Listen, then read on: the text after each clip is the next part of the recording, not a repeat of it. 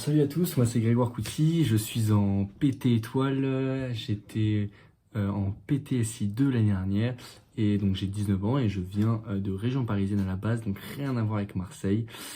Alors il faut savoir qu'au lycée, comment j'étais un bosseur de dernière minute, j'étais un élève relativement moyen, c'est-à-dire que je tournais environ aux alentours de 13-14, je m'en sortais plutôt bien, mais c'était pas incroyable, j'étais dans le milieu de la classe. Alors comment j'ai fait pour choisir la PTSI? Alors il faut savoir que pendant un long moment j'ai hésité entre faire une PCSI ou faire une PTSI. Et comment j'ai décidé? Tout simplement en fait avec la majorante de la SI qui je connaissais pas du tout, hein. J'avais fait une terminale SP SVT et donc c'était un peu un pari pour moi.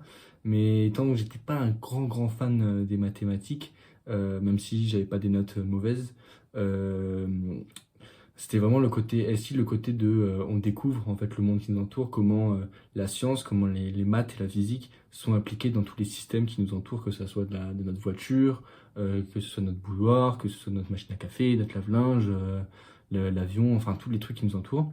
Et c'était vraiment comment appliquer cela pour en créer un système et un produit. Et ça, c'est ce côté un peu logique et une certaine curiosité qui m'a attiré et en fait quand on y est c'est super cool, c'est vraiment génial et je m'en suis pas lassé, loin de là, et bien au contraire c'est vraiment très sympa, donc je vous conseille de regarder un peu plus en détail, que ce soit sur des vidéos YouTube ou qu'est-ce que c'est vraiment l'ingénierie, et vous allez voir que c'est assez sympa. Alors pourquoi j'ai choisi Jean Perrin et pas un autre lycée, étant donné que je viens pas du tout de la région. Il faut savoir que quand on est étudiant et notamment en prépa, l'environnement dans lequel on évolue est super important, et donc c'est pourquoi il faut vraiment faire attention à ça. Et du coup moi j'ai choisi Marseille notamment parce que j'ai un peu de famille et que le soleil c'est quand même quelque chose qui joue pour le mental, on va pas se cacher. Et le fait qu'il y ait un internat dans ce lycée, et ça c'est vraiment une plus-value. Et ensuite, il y a aussi le fait que celui-ci a énormément de machines, notamment au SI, et ça c'est vraiment cool que ce soit pour le TIPE, donc une des épreuves qu'on doit faire pour le concours, mais également pour tous les différents TP qu'on a, puisque les machines sont très diverses et variées, et donc on va pouvoir les étudier de fond en comble, sans pour autant que ce soit redondant. Et c'est vraiment une plus-value de fou comparé à d'autres lycées dans lesquels j'ai pu faire des journées portes ouvertes où très peu de machines se battaient en duel et c'était pas très vendeur, on va dire. Donc ce que je disais, c'est que ce lycée a un très gros avantage, c'est le fait qu'il y a un internat avec une grande capacité d'hébergement. Donc on est très nombreux de la filière PT, PTSI ou PC, PCSI, PSI, PCSI, pardon, à pouvoir y dormir. Et donc du coup, c'est très pratique pour les études parce que si on nous manque un cours, si on a une question à poser, on peut aller dans la chambre d'à côté et tout de suite on a la réponse. Donc, quelle va être la journée type d'un interne? On va se lever vers 7h, de 7h15 à 7h45, on va prendre le petit-déj tous ensemble, entre internes, puis on ira se laver les dents dans la cantine, voilà, rien de particulier. Puis nos cours commencent souvent vers 8h, mais sinon on a des salles de travail qui sont mises à disposition pour tous. La journée se passe normalement. Ensuite, à 18h, l'internat réouvre et on va pouvoir ainsi remonter dans nos chambres, ou alors certains vont préférer aller faire du sport. Donc c'est possible parce qu'il y a un stade où beaucoup de sports sont possibles. C'est le cas notamment, moi je vais courir plusieurs fois par semaine, mais certains vont préférer aller faire du rugby, du foot, il y a de l'escalade, il y a du volley en temps de non-Covid. Mais là, il y a quand même pas mal d'infrastructures et de choses qui sont mises à disposition pour quand même on puisse faire du sport. Et ensuite, le dîner est de 18h30 à 19h15, donc c'est tôt, mais pour travailler, c'est assez pratique, parce que comme ça, on mange tôt, ça nous fait une vraie coupure.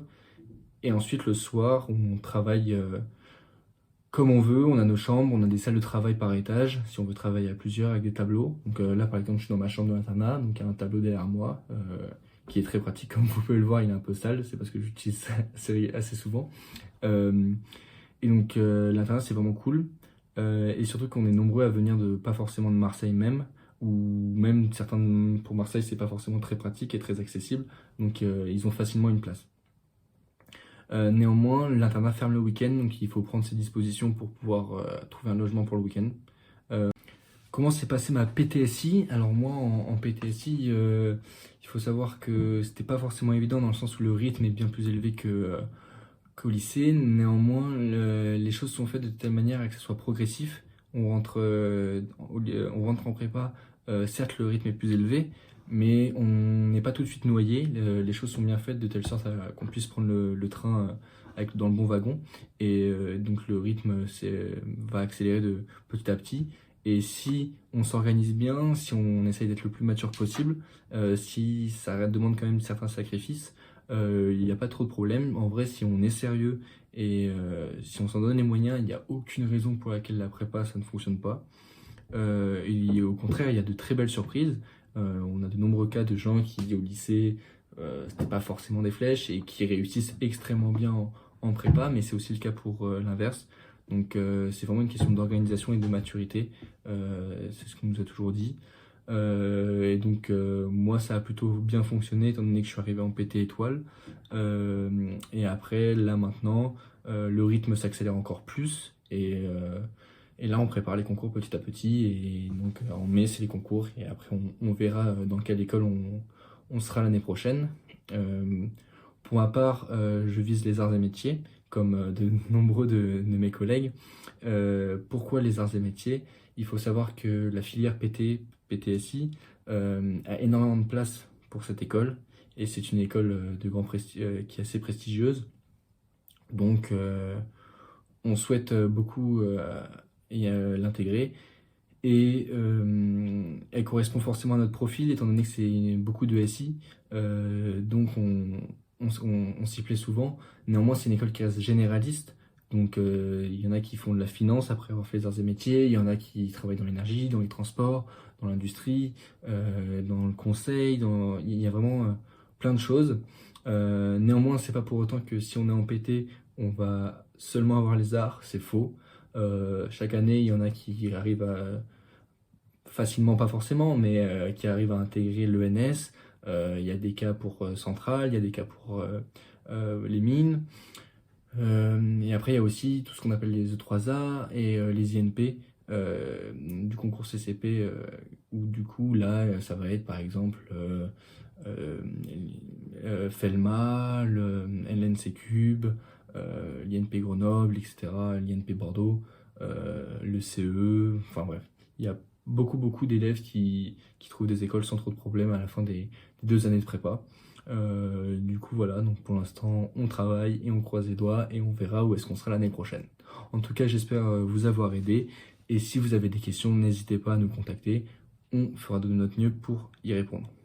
En tout cas bon courage et peut-être à l'année prochaine.